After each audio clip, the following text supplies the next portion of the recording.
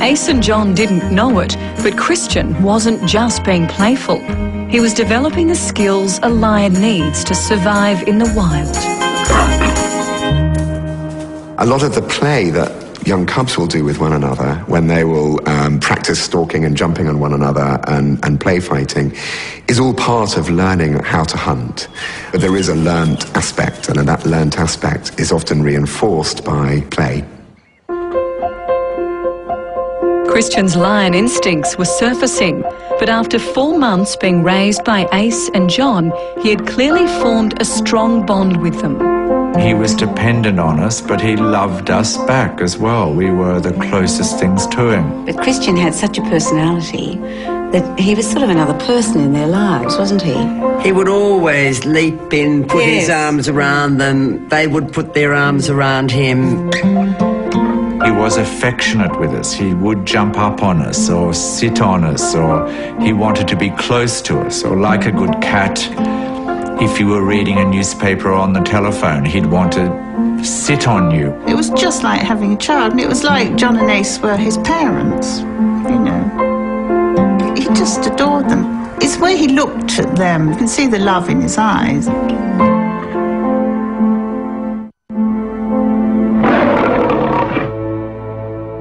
Christian was now 8 months old and weighed 70 kilos. Ace and John realised that his size was becoming a problem.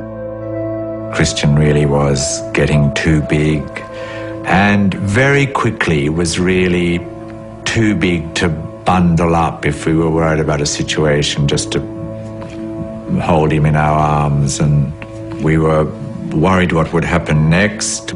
As he grew bigger, he was really capable of inflicting real damage. Once, I think I'd been out for the evening and I called him, you know, like we used to, stand at the top of the stairs and call him, and he ran up the stairs to put his hands on my shoulders like he does, and he slipped on the top step and put his claws out and ripped my whole dress off the front of me. My beaver dress, my best beaver dress. But he didn't hurt me. I mean, I didn't have a claw mark or anything, it's just the whole dress went off. Another incident brought home to Ace and John that Christian was a predator, hardwired for aggression. One day he found a fur belt had dropped off some customer's coat in the shop, and he picked it up, and I went to pull it away from him. And for the first time he flattened his ears and snarled in a very, very nasty way, frightening me and both of us. John came then, but signalling very clearly, I'm having this, don't try and take it away from me. Christian's rapid growth was also putting his exercise regime in peril.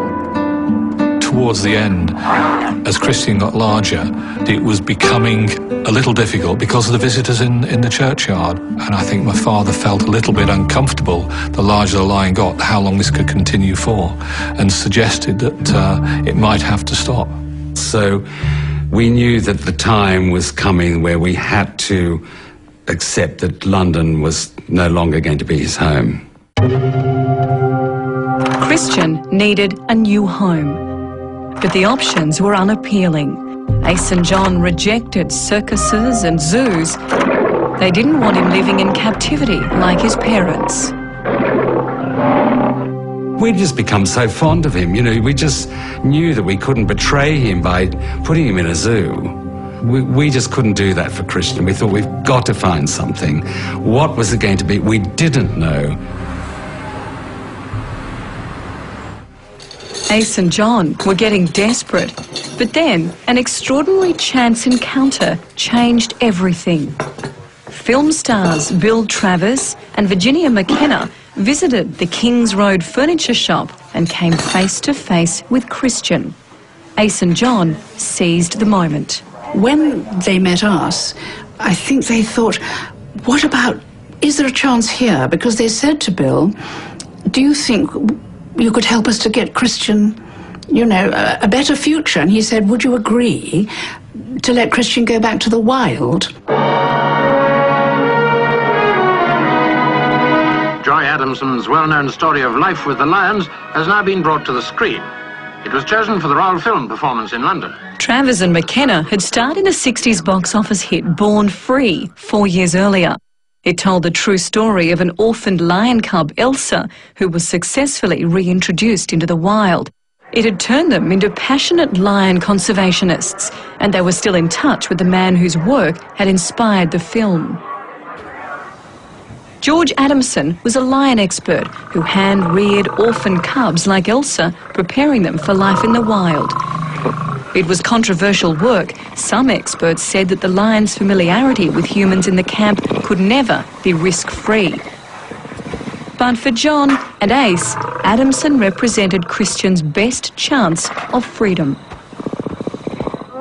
So they contacted George Adamson, and he then said, what an exciting challenge to be able to try, he did stress try, and rehabilitate a fifth-generation zoo-bred lion. Because Elsa was born in Africa. Elsa knew the smells of Africa. Elsa knew what a waterbuck looked like. Christian didn't. It was the perfect solution. We were just thrilled. Anything to avoid a safer, longer life in confinement, in cages. So we didn't hesitate for a moment. But there was a major stumbling block. They needed permission from the Kenyan government to import Christian.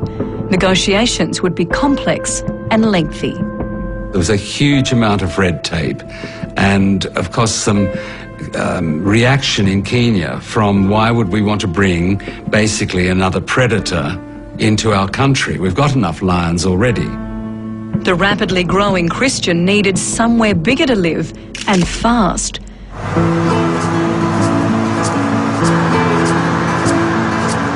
Virginia and Bill offered a lifeline.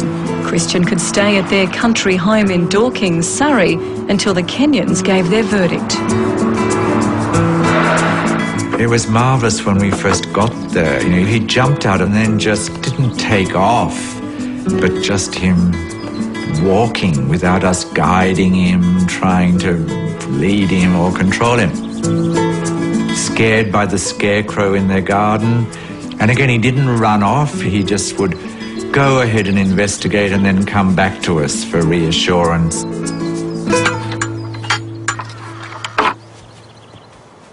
Virginia and Bill built Christian a huge secure compound in their garden. It was the closest he had ever been to the wild. Christian, he was obviously delighted when he moved to the country. You know, it was a different environment, and he loved his space there. Ace and John gave up their jobs and moved into a caravan beside the compound. They knew these would be the last weeks they would have with Christian, and they wanted to make the most of every second. When we were in the country, it never for a moment crossed our minds that we would leave him there without us being with him. Christian was our responsibility. We didn't want him to feel abandoned. That was part of our deal with him.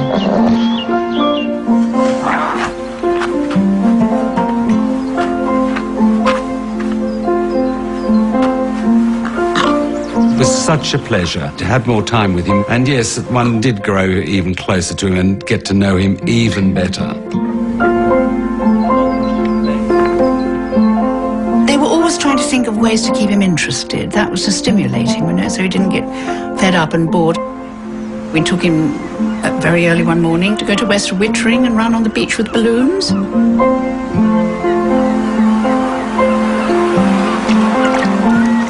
When he dipped his paw in the sea and hated it, you see, oh gosh, I don't like this, he went off. So we were all, I think I remember my husband was rushing along, waving a balloon in the air or something, because we brought all these balloons down to play with. But Christian didn't want to, he just wanted to race. He just raced on the beach, and we all puffed and blew after him, you know, and then we all flopped into the sand.